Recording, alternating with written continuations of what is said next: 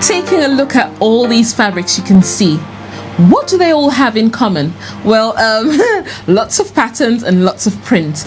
But they are the most annoying part of these fabrics for myself and a lot of people who I know who create clothes. And sometimes I wonder, what's the point? Why bother matching them? We're going to be finding out a bit more about that in this video. In my video about finding out about Ankara fabrics and how to work with them, I got a request from a few people about how to match the patterns on the fabrics. And I thought to myself, why bother? What's the point? Should we not allow people to express themselves by mixing and matching patterns and having things the way they want them to look? Do things have to be prim and proper? Well, if you fall into that group of people who think patterns need to match and things need to look organized, then I'll answer your question in this video. If we're meeting for the very first time, my name is Juliet Uzor of sewsonatural.com, and this is a channel for people who love to create their own clothes and own their style, and we love to work together on this channel to demystify the art of sewing. So I have these different fabrics here, and the print on this fabric is quite easier to work with in the sense that the print isn't so large. It's a bit small scale, this one, and it's a bit of an all over print. It's not directional. I wouldn't really worry too much about matching the patterns on this fabric.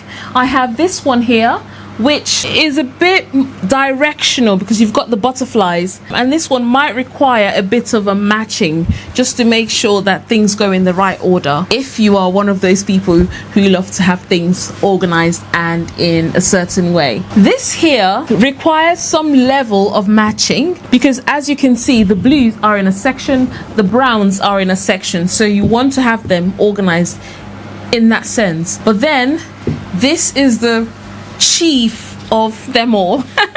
Here we have these big circles, and you see how they link up with each other. Yeah, this would be a pain in the backside. If you fall into that group and you're still here, then I'm going to share with you the things that I do to match the patterns and make sure that they come out nice and organized when you do create your clothes.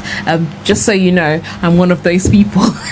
Like in this top here, well, it's not a top, it's a dress. I worked hard to make sure that the pattern matched to some extent.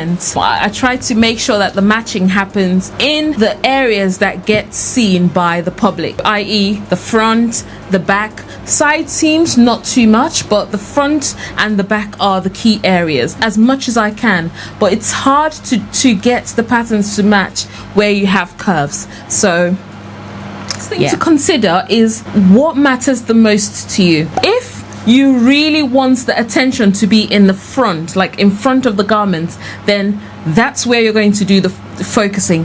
If you think the sleeves, this seam here where you've got the armhole and the sleeve, you want the pattern matching to happen there, then you're going to put all your energy there and make sure the pattern matching happens there. So what I say is select which section matters to you the most and focus there. Put all your energy into making sure the matching would happen perfectly in that area. Next thing is to make sure that the most visible parts of your garment are matched. So I'm talking about the bodice. You start from the bodice and work your way down. So if there is a seam in the center, princess seams, or you have a seam running around wherever it is on your garment, you want to start from the top and work your way down. So moving on to the cutting side of things, when you start cutting out the fabrics, you want to make sure that you cut in single layers. But before you even do that, you need to have lots of fabric if you're going to be doing pattern matching and you want things to look perfect. So but then if you decide to cut on the fold, you must make sure that you choose one of the large prints. Like for example, in this situation we have these circles. You want to use 1/2 of the shape or the pattern as a point of reference and then fold the rest. But I tell you, another thing about wax fabric is the printing isn't perfect. Some of them aren't as symmetrical as we would want them to be, so you might not get exactly the same thing on one side as the other. Let me know in the comment section if you also experience that issue with Ankara or African wax fabrics. The next thing I'll do, if you have patterns that you want to reflect on the other side, so you want them to be symmetrical on both sides, is to trace the actual pattern using tissue paper. So when you trace the patterns that come on the fabric onto tissue paper, you can then use that to align the patterns when you are cutting out on the other side of the fabric. I also like to use notches as a guide. When you cut out the front bodice, you want to make sure that the side seam notches are marked exactly where they should be, and that would then be a guide for you when you are cutting it out on the other side of the bodice. So you use the left hand side, bearing in mind that I said earlier to cut in single layers. So when you've cut out the left front bodice, then you use that to do the other side, but remember to turn the paper upside down, so to flip it over to the other side, and make sure you use the notch as a guide. This is also something that I have discovered and I try to do sometimes. I like to mark out the stitching line on my sewing patterns so that I'll use it as a guide when I'm cutting out the other section. It really does help, so that you make sure that you would have stitching lines meeting stitching lines when you cut out the two pieces, and when you sew them together you would have the pattern continuing seamlessly.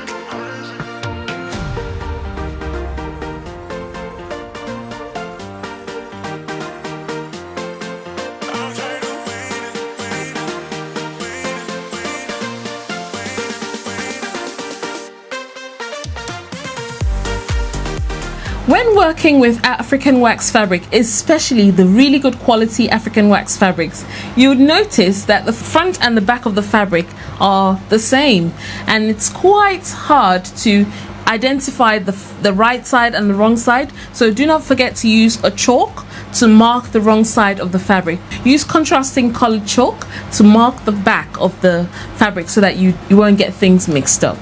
And then onto the sewing side of things, I would absolutely recommend using more pins than you normally would, because it's really frustrating when things move whilst you're sewing.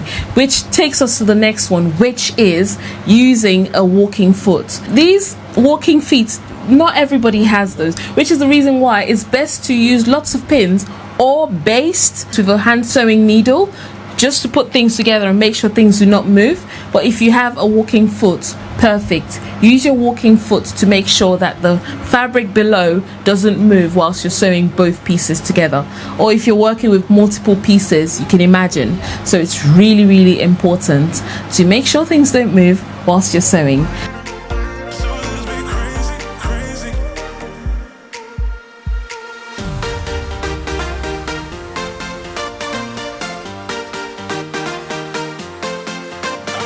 So to answer my initial question at the beginning of the video about, whether we should bother at all, I think it's worth putting that extra effort, just so that, handmade would look really well made. You want people to ask, did you buy that? When I get that comment, I like it, because it means that my makes look like pro-made, if that makes sense.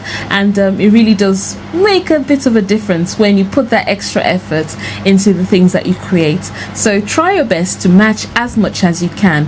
I'm not saying that some ready-to-wear items of clothing do not look mismatched and awfully made, so don't get me wrong, but as much as you can, try to match the patterns, especially patterns like these.